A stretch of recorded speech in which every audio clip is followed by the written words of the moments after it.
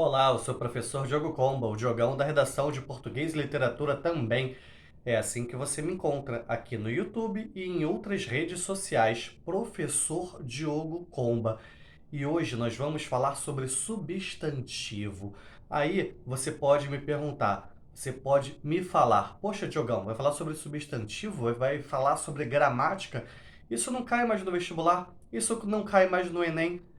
Presta bastante atenção. Presta primeiramente atenção nesta aula, faça as suas devidas anotações, que em breve nós teremos aqui um novo vídeo, um outro vídeo com uma questão em que vai ser necessário, em que será necessário você ter essa base, você ter subsídios gramaticais, correto?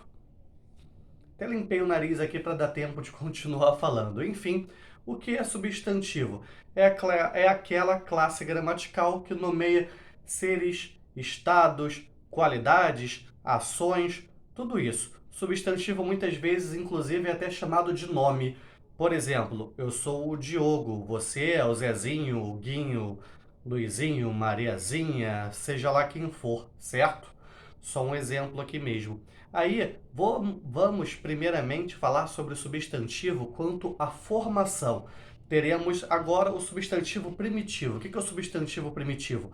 É aquele lauso, são os homens das cavernas? Não, não é isso. Substantivo primitivo é aquele que não vem de nenhuma outra palavra. Você deve ter ouvido aqui ao fundo o padeiro passando, certo? Padeiro vai ser substantivo primitivo? Não, vai ser substantivo derivado, porque vem de outra palavra. Que outra palavra é essa? Pão. Pão é primitivo, padeiro é derivado, certo? Agora nós temos também, quanto à formação, essa classificação quanto à formação, substantivo simples. O que é o substantivo simples? Aquele que apresenta apenas um radical. Como assim? Estou procurando aqui, mas não estou achando, só para variar o meu guarda-chuva, certo?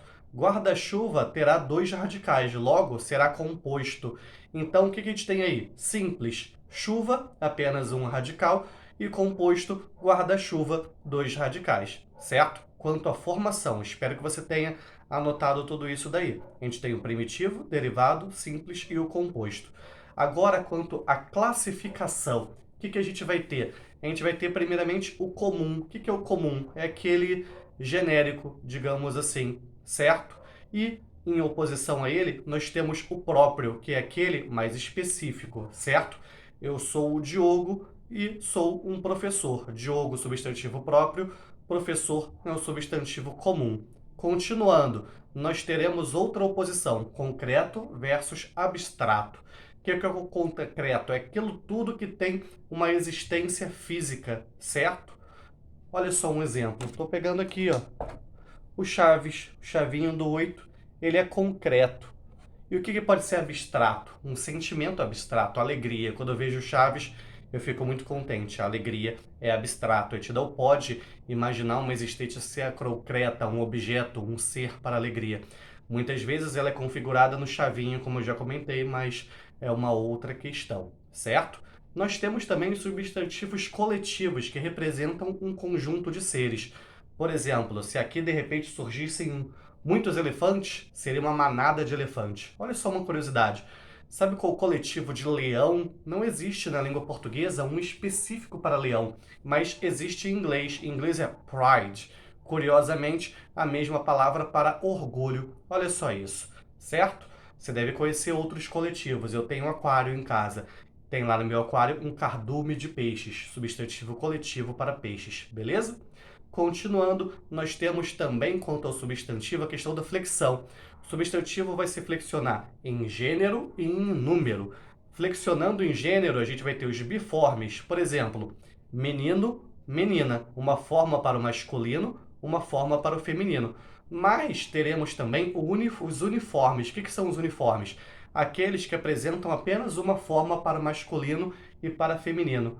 Exemplo, olha só isso, lobo macho versus lobo fêmea. Esse exemplo não foi muito legal porque existe lá loba, por exemplo, que seria biforme, certo? Então, pensemos aqui em um outro substantivo que pode ser classificado como epiceno. Já sei, meu animal preferido, canguru. Canguru macho, canguru fêmea. A gente tem aí o canguru como epseno, beleza? Sempre vai ter essa questão aí, ó, ou macho ou fêmea utilizado logo após o nome do animal.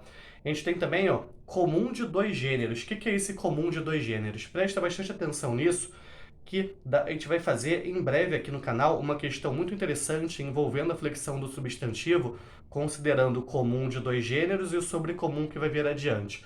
Quando eu falo dentista, eu posso falar o dentista, a dentista, certo? A palavra dentista não varia, mas o artigo que vem antes pode variar. Artigo, em breve a gente vai falar sobre artigo aqui no canal também. Mas a gente tem, logo depois, o substantivo sobrecomum. O que que é esse substantivo sobrecomum? A gente pode apenas falar a vítima. A palavra vítima não varia e o artigo que vem antes também não varia.